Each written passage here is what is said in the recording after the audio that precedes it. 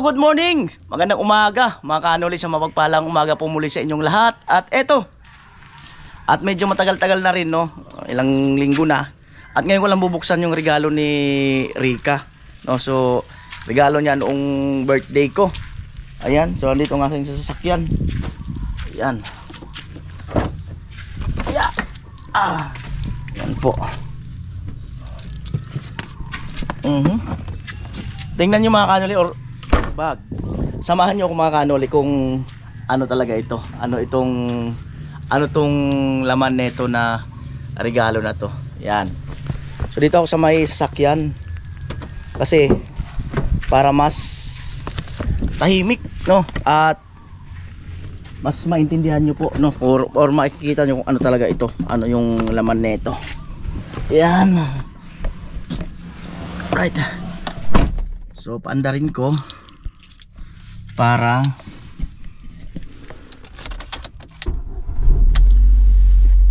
ayan, umandar na.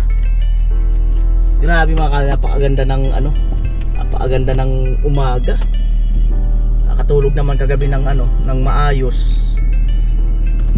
Gising kami ako mga 4:30 na. At ayun, ganda yung tulog, nakapag-relax.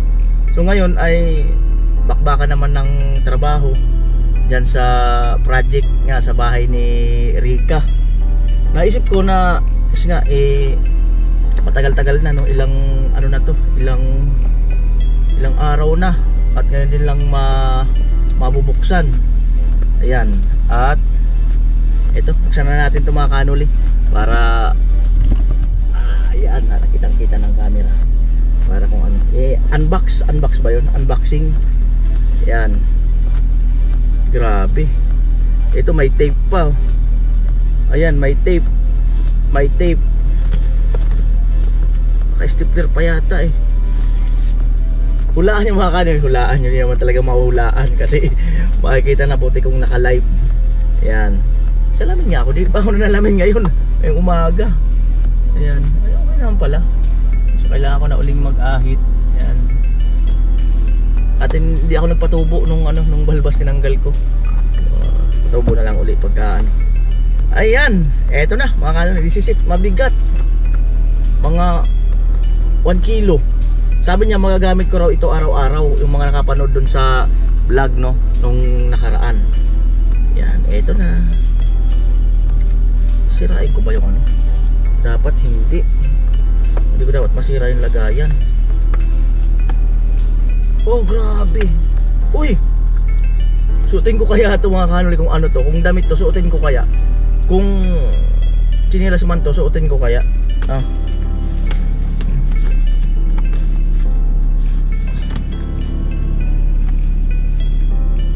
Ala, tigas ng tip. Ano lang pala eh. Masisira kasi itong Masisira kasi itong lagayan. Yan, hindi ko lang alam kung saan niya ito binili, no?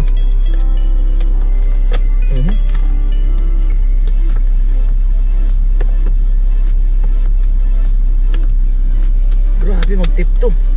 Ayaw pa buksan. Yan, 3 tape. Uy, ano to? Ala!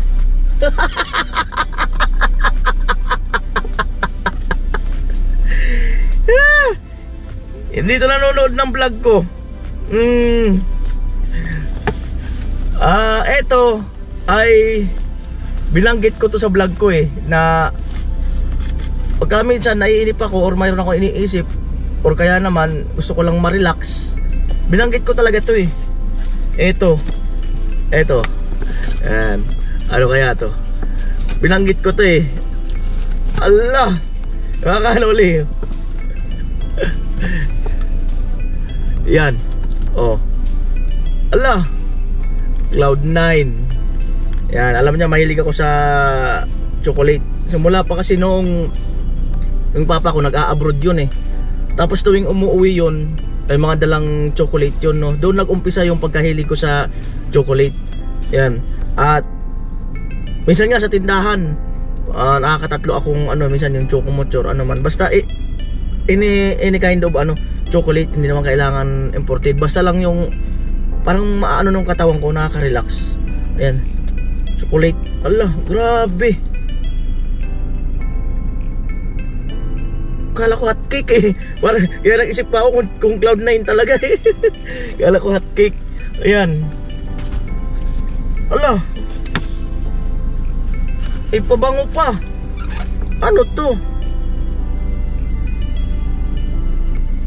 Oh. Sweet night. Oh. Sweet night. Wala man akong asawa dito. Ayan. Dalawa pa. 1,000 wish. Sweet night. Oh, amoy dito. Pabango pa ako dun eh. Yan. Eto. Sweet night. Paano maging sweet ang night ko? Wala man si Mrs. dito. Sabi niya, sa pamamagitan ng pabango, maging sweet daw ang night ko. Yan. Sabi niya, Rika. Eto. Eto mga kanoli, ulaan nyo. Ito. Hirap tanggalin. Uy! Damit. Nagpa-print pa oh. Oh. Hindi ako yan. Allah, grabe. Oh. Alam niyo, mahilig ako sa mahilig ako sa mga damit. Ihim, meron pang ihim. Ihim. Yan ang nagdala dyan, yung ihim. Ano kayang reaction niya ni Rika kung susuotin ko na daw punta ron? Yo, ayan oh. Oh. Yan. Ay, reaction yan. Maganda. Maganda. Slim slay. Adjust ko nga konti. Pwede naman pala kasi adjust eh. Yan. Wow, maganda. Shooting ko na kaya to, tapos makita niya yung reaction niya. Para makita natin reaction. Ayan. Makakaano ulit. Kakabihis ko lang pati. Okay lang yan. Kaya pala sabi niya, magagamit mo araw-araw. Yan.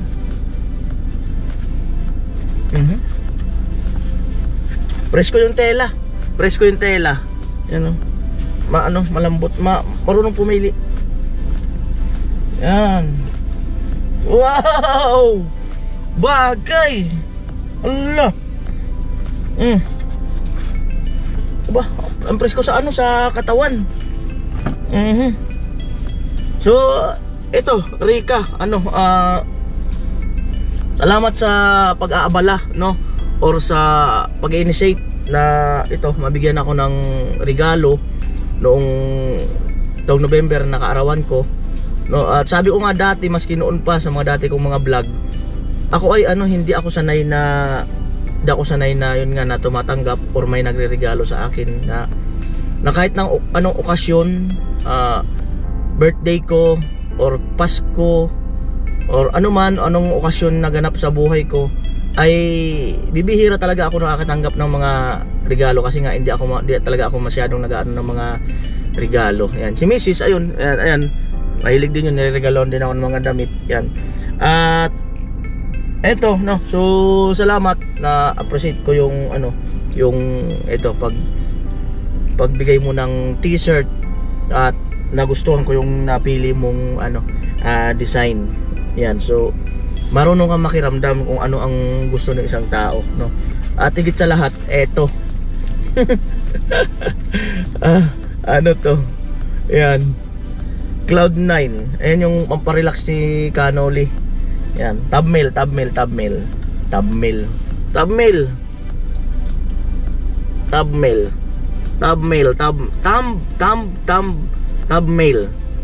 tabmail. Yan lang, medyo maliwanag. Yan o. Thumbnail. Yan. Yan ang regalo ni Rika sa akin. Pa-cute. Pa-cute yan o. Pa-cute. Yan. Alright. Ayan, so ano pa ba? Ang gusto kong sabihin kay Rika? ayun, eto po mga kanali, may sasabihin ako, no. Nung panahon nung challenge, yung mga talagang mga naan dyan na alam nila na nasa challenge kami nung nakaraang buwan noon, October yata yun, no. At 7 yata kami naglaban-laban kung sino yung magta-top 1. At ako ay pumasok sa top 2. So itong content na ito kay Rika ay matagal na yan na alam ko, na sinabi sa akin ni Alamid yan. At alam ko talaga na yun nga, tatangkiligin talaga siya ng madla or ng mga viewers, kasi humingi ako ng kaunting background or kaunting kwento kay James Napula, kung ano yung kwento ng buhay or karapat dapat ba talaga siyang ayun nga maalalayan.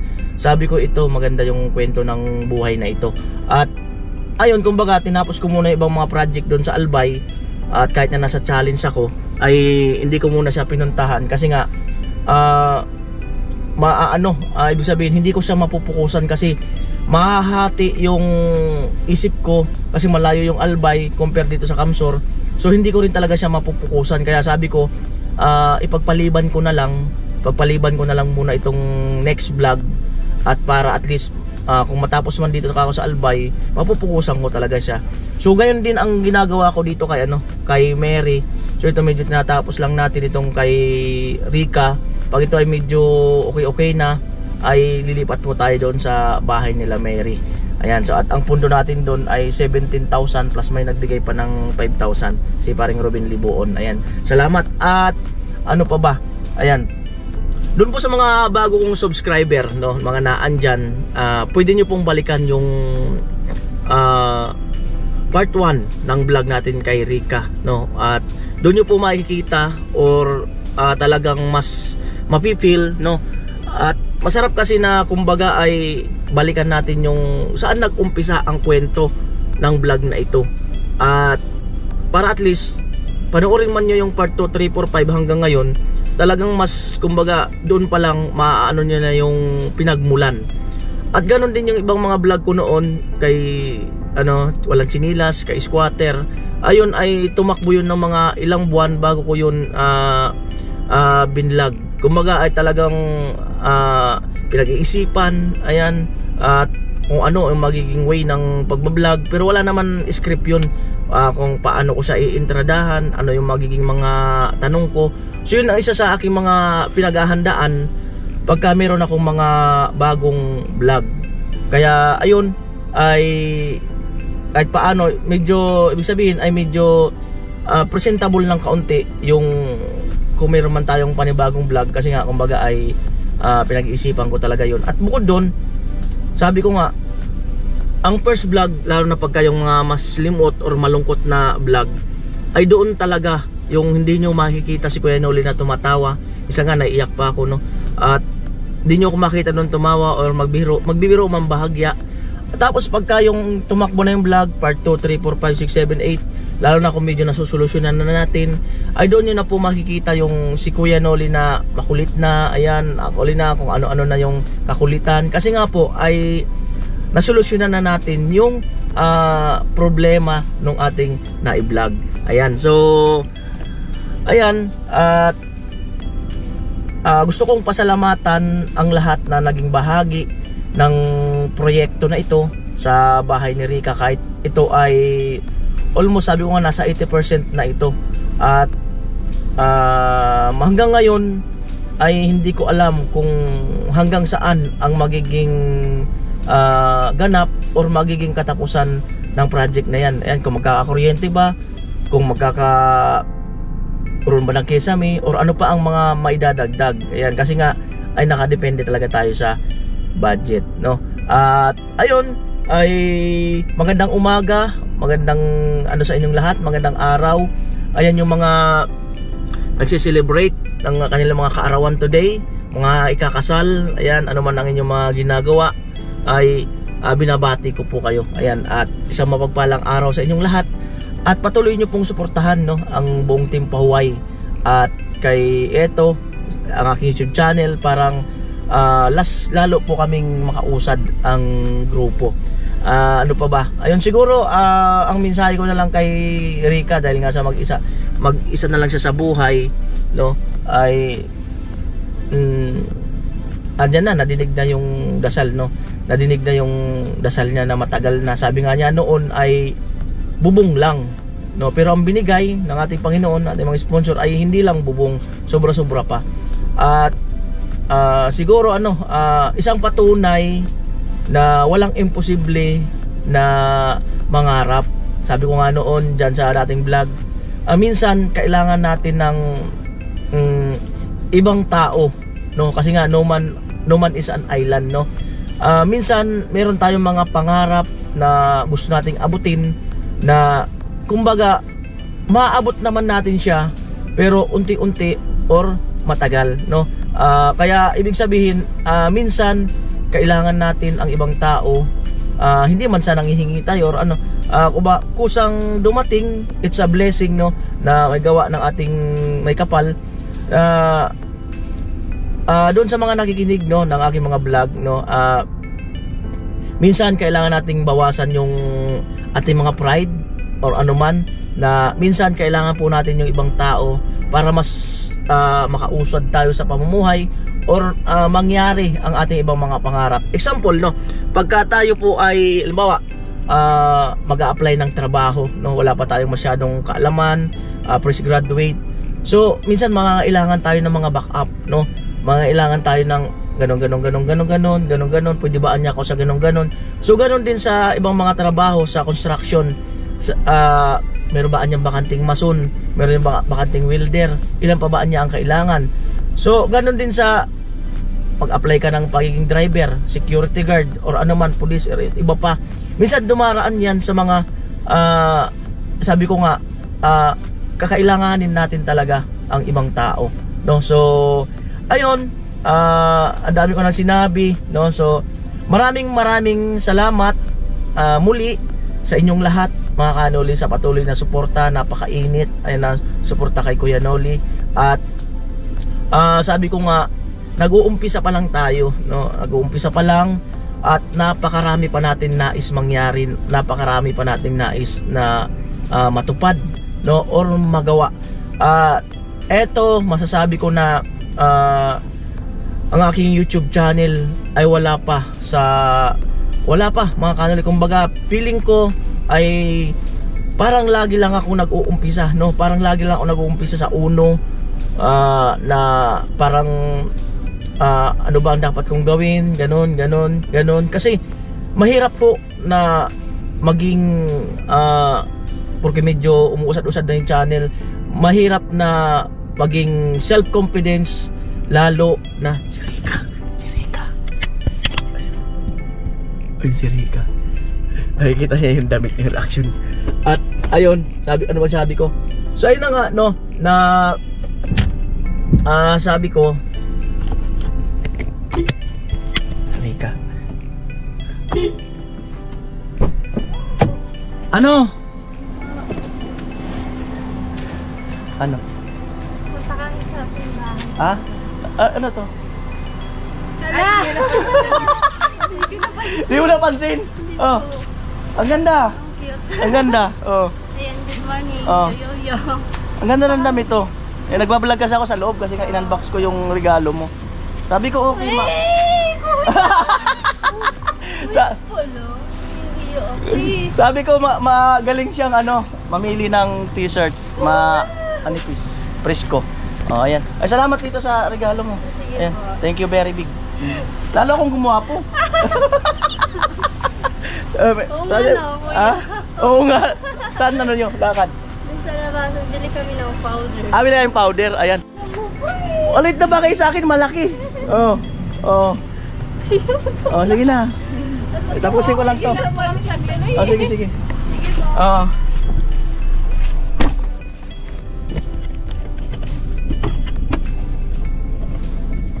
So ayun, asa na nga ba yung kinikwento ko?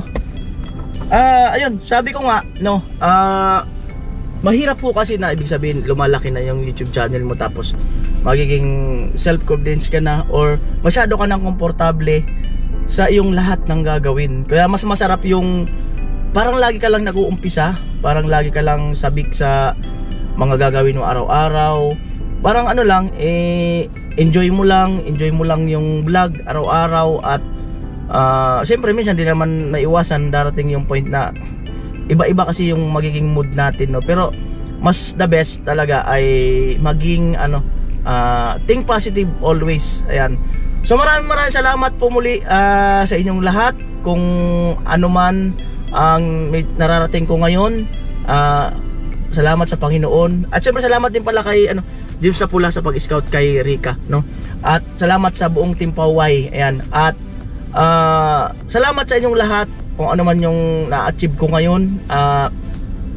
Hindi po ako mahihiyang sabihin na kayo po ang dahilan ng aking kumbaga dumarating sa buhay ko, sa aking family, na mga blessing. Kayo po ang dahilan sa hindi nyo pag-escape ng patalastas, sa kay God, sa kay Idol Japper Sniper. Yan, maraming salamat. Sword family, ayan, maraming salamat po muli sa inyong lahat. At almost magpo 4 years na ako nagbablog, no? So marami na rin tayong napuntahan na lugar, no? So at salamat po muli sa inyong lahat. Kita-kits po tayo sa aking sunod na video. Ayan, at patuloy nyo pong abangan, no, ang mga kaganapan or anuman aking mga naiba-vlog. Sana kung mayroon pa tayong si Kuya Nolin na ma-vlog na iba pa, na iba naman na mukha, ibang pamilya, ibang family, sana po ganun nyo pa rin po kainit suportahan ang kagaya dito kay Rika, no, para mas lalo po tayong makausad at marami tayong maging budget. Yun ang totoo, no? Para may budget lang lagi, no? Yun ang talagang totoo, no? Kung maraming nanonood na hindi nag-isip ng patalastas, meron tayong pang budget. So salamat po muli sa inyong lahat mga kanuli. I love you all. Bye bye.